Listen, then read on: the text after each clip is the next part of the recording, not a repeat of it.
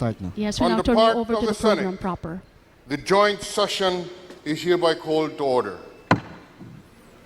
On the part of the House of Representatives, the joint session is called to order. Please remain standing for the singing of the Philippine National Anthem.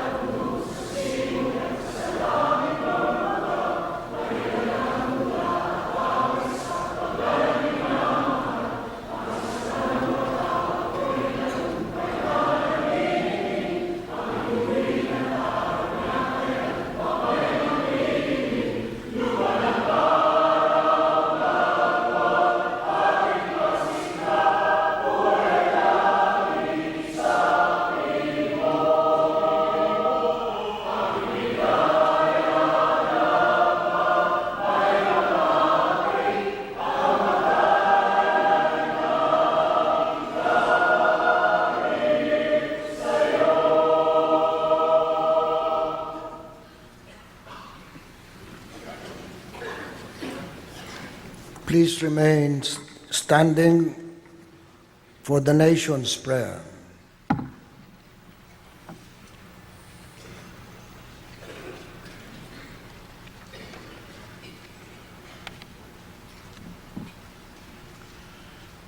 Panginoong lumikha, akayin mo po ang aming lahi. Panginoong lumikha, akayin mo po ang buong bayan, bathalang kabunyan, gabayan mo po ang Pilipino, ngayon at magpakahanggan. Panginoong Ama ng lahat, basbasan mo po ng kabanalan ng Pilipino, padilisayin mo po ang katawan ng lahi, na iisa ang pangarap, iisa ang tadhana para sa inang lupa, para sa kalwalhatian mo. Panginoong may kapal, pagbuklurin mo po ang aming bayan sa diwa ng pagkakaisa, sa diwa ng kapatiran, sa diwa ng kalinga at pag-ibig, sa ngalan mo siya nawa.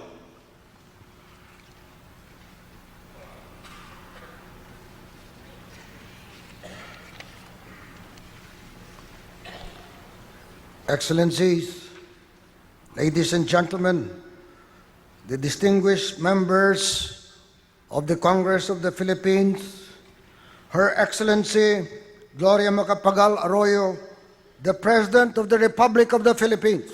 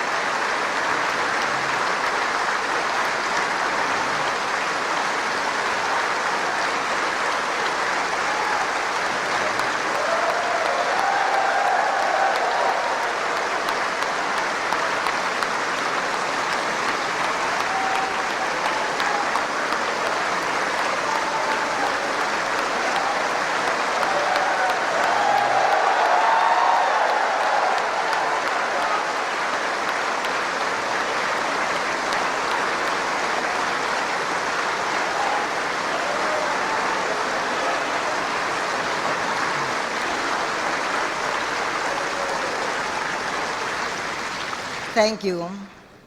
Thank you, Speaker De Venecia. Vice President De Castro, President Ramos, Senate President Drilon, and the members of the Senate, members of the House of Representatives, Chief Justice Davide, and the members of the Judiciary, Archbishop Franco and the Excellencies of the Diplomatic Corps, fellow government workers, whether elected, appointed, or civil servants, distinguished guests, ladies and gentlemen. Every year, we meet on this day in this great hall to celebrate democracy and take stock of the nation, the country and its condition, the government and its performance, the people and their well-being. Ours is a country divided. The story of our nation is a tale of two Philippines, almost as it were, two countries under the same name. One is the Philippines whose economy, after long years of cumulative national endeavor, is now poised for takeoff. The other is the Philippines whose political system, after equally long years of degeneration, has become a hindrance to progress. As a country on the verge of takeoff, our storyline would surprise many at home and abroad.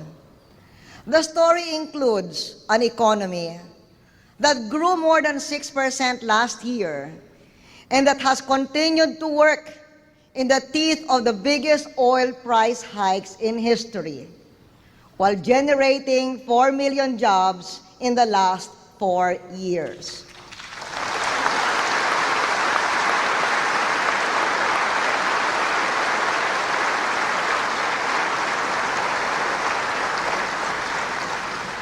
The story includes marked improvements in tax collections, infrastructure, housing construction, shelter security for the urban poor and indigenous peoples, and rice productivity.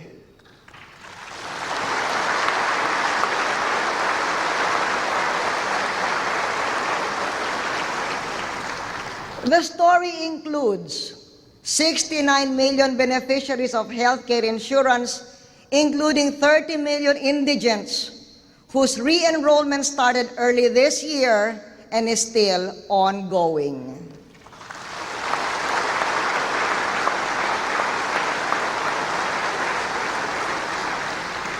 That same story, over 4 years, saw the drug menace cut in half, the rush of kidnappings become a thing of the past, and the insurgency in the South abated.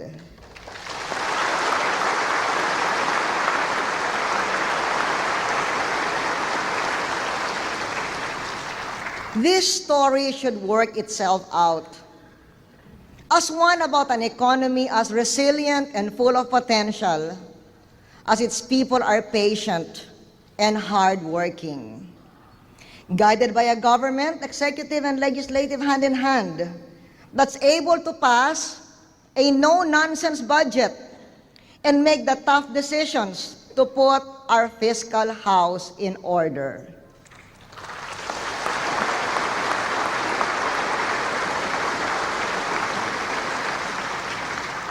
I especially refer to our recent titanic struggle to enact the 3 laws that comprise the biggest fiscal package in our history, the biggest revenue increase in a generation.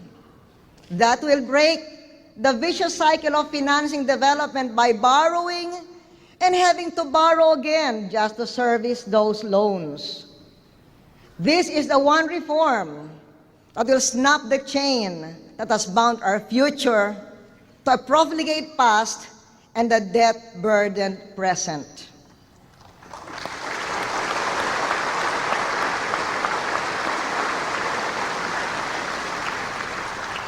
The Filipino strong sense of family has given Congress a stronger resolve not to pass on today's debt and bankrupt our children and grandchildren tomorrow. That struggle has done the House and the Senate great honor. Congratulations to you.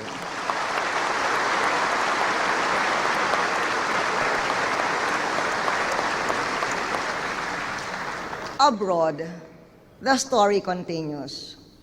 We've worked long and hard to restore our country to the prominent place it once held as co-founder of the United Nations and the free world's first line of defense in the East. We won a seat in the UN Security Council, where we presided over the landmark resolution calling for democracy in Iraq. The Philippines chaired the historic Conference on Interfaith Cooperation for Peace at the UN, the fruit of a bold and creative initiative by your Speaker of the House.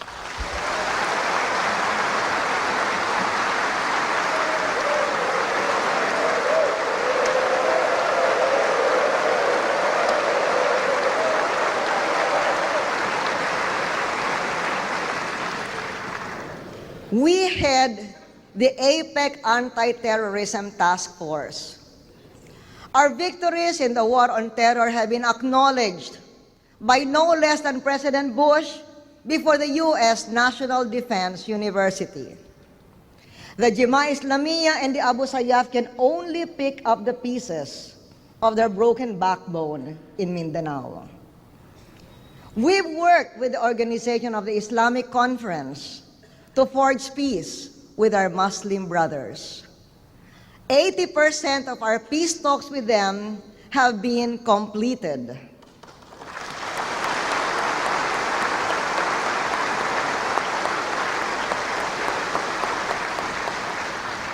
Permanent peace in Mindanao is within reach.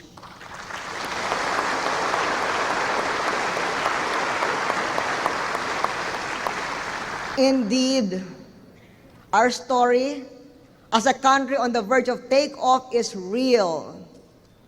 Analysts need only to look at our stock market and even the peso-dollar exchange rate to sense the strong anticipation of significant improvements if only we would overcome the tendency to be our own worst enemy.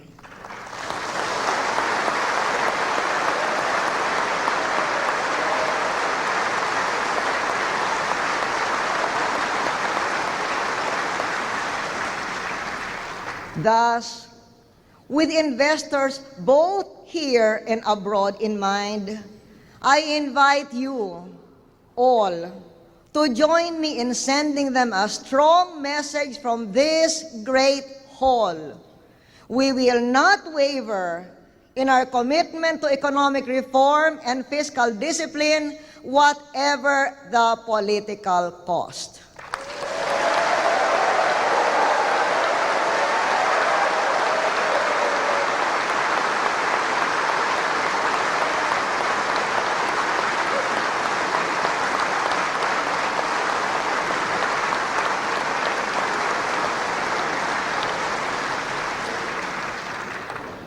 The other message to send is that we will address the burden that the other Philippine story imposes on our anticipated takeoff.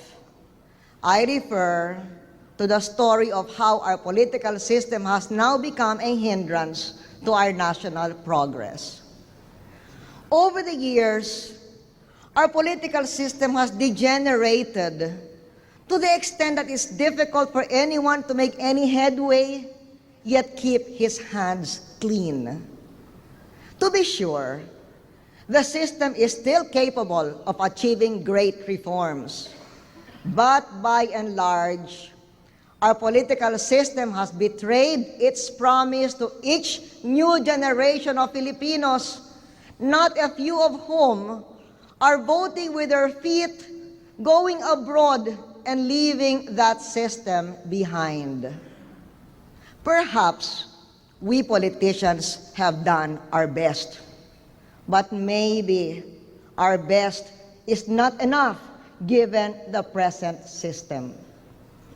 Perhaps we have strained the present political system to its final limit. It's time to turn to the people, bring them into government, and change the way that government is done.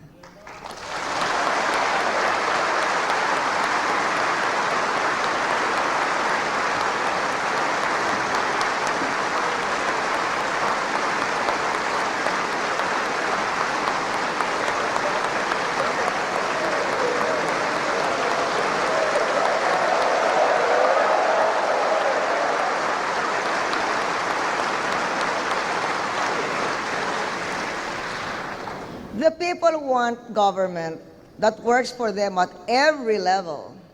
They want good government that begins at their doorstep in the barangay and does not end before the closed door of a bureaucrat in Metro Manila.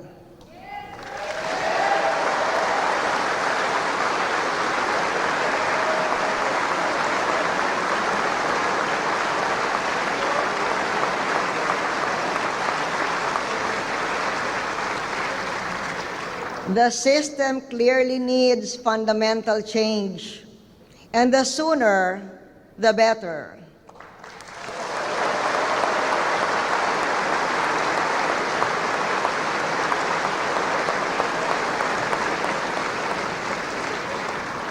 It's time to start the great debate on charter change.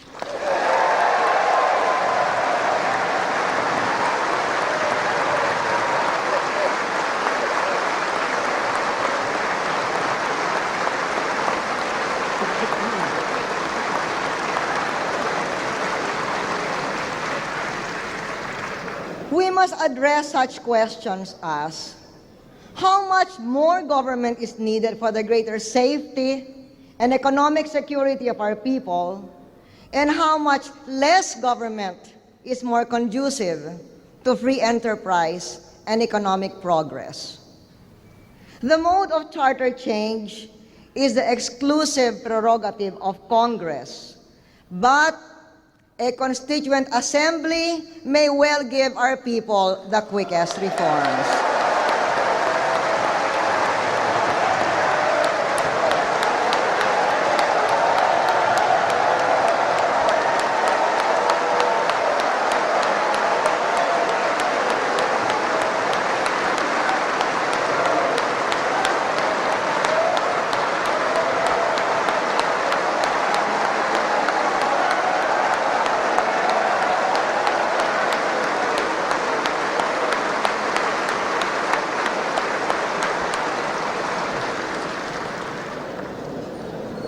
I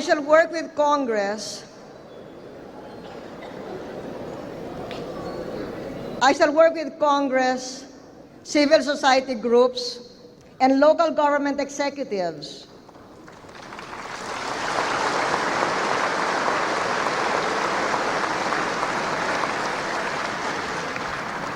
Congress, civil society groups, and local government executives who are convinced that charter changes are needed to enable the country to surmount the unprecedented challenges of the 21st century.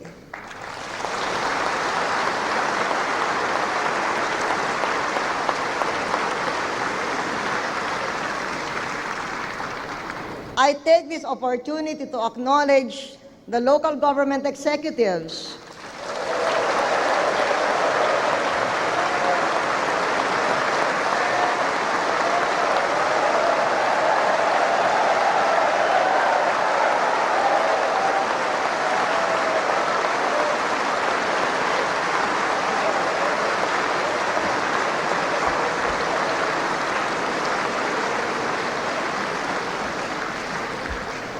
who have brought about an LGU power revolution through transformative leadership.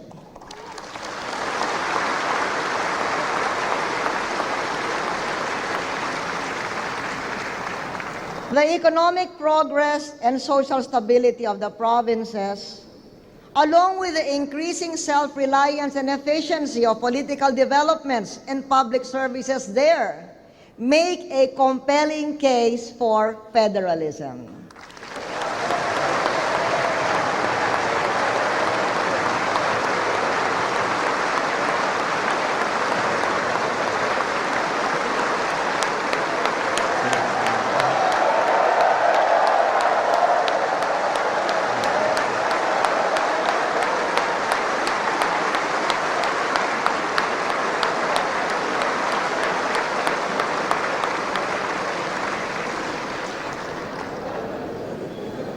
Perhaps it's time to take the power from the center to the countryside that feeds it.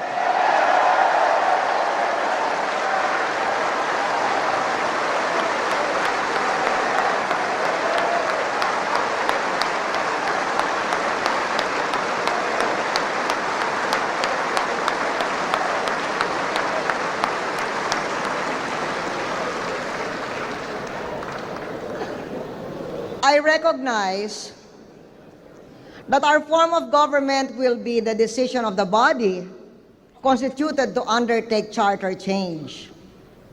But we should consider that legislation could be quickened and laws made more responsive to the people under a parliamentary system similar to that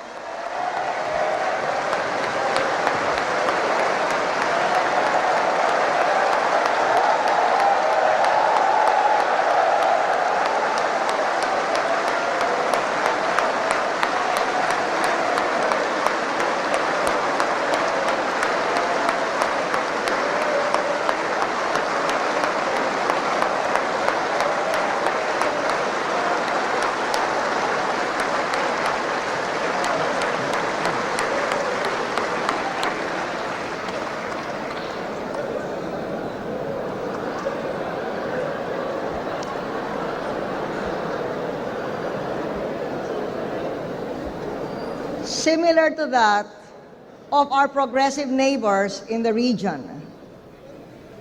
But even as we make a serious start in charter change, I hope we can still work together on other initiatives to the lasting benefit of our people.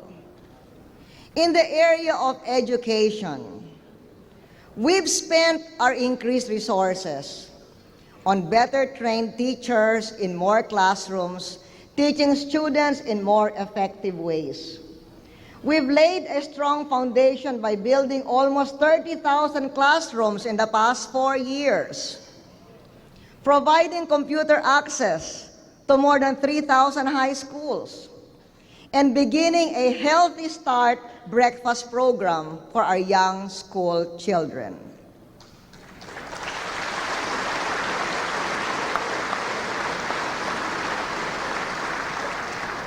I ask Congress to pass the Pre-Need Code to rehabilitate, reform, and regulate the pre-need educational programs that worked so well in the past as a major vehicle for youth education entitlement.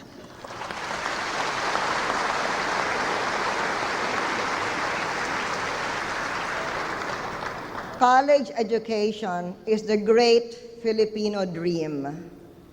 But in the world of rapid technological change, getting a job or keeping it depends as much on how well one reasons as how well one uses his hands. I've issued EO 358 so that hours spent in vocational training can be credited towards a college degree. I call on Congress to pass legislation encouraging renewable and indigenous energy.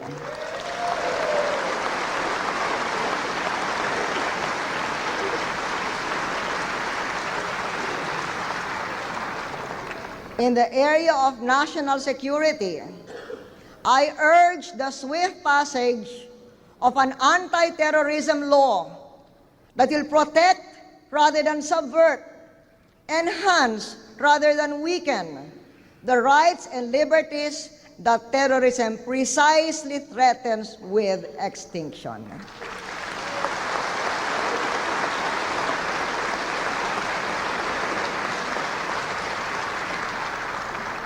These examples serve to highlight that there is much work to be done. Now is not the time for divisiveness. And while there's no avoiding partisan politics, there can be a determined effort by all sides to limit the collateral damage on a country poised for takeoff.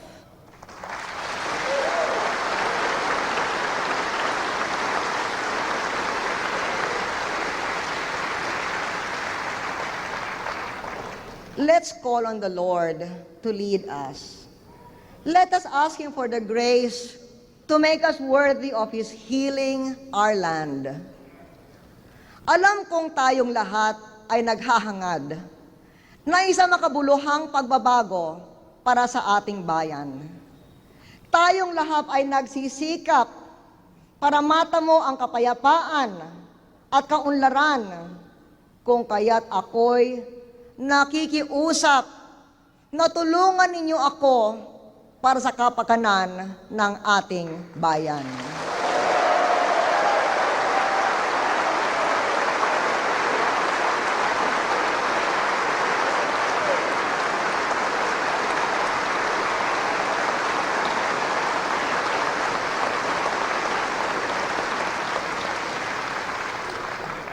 We may disagree among ourselves, but let us never lose sight of that greater battle for one people, one country, one Philippines.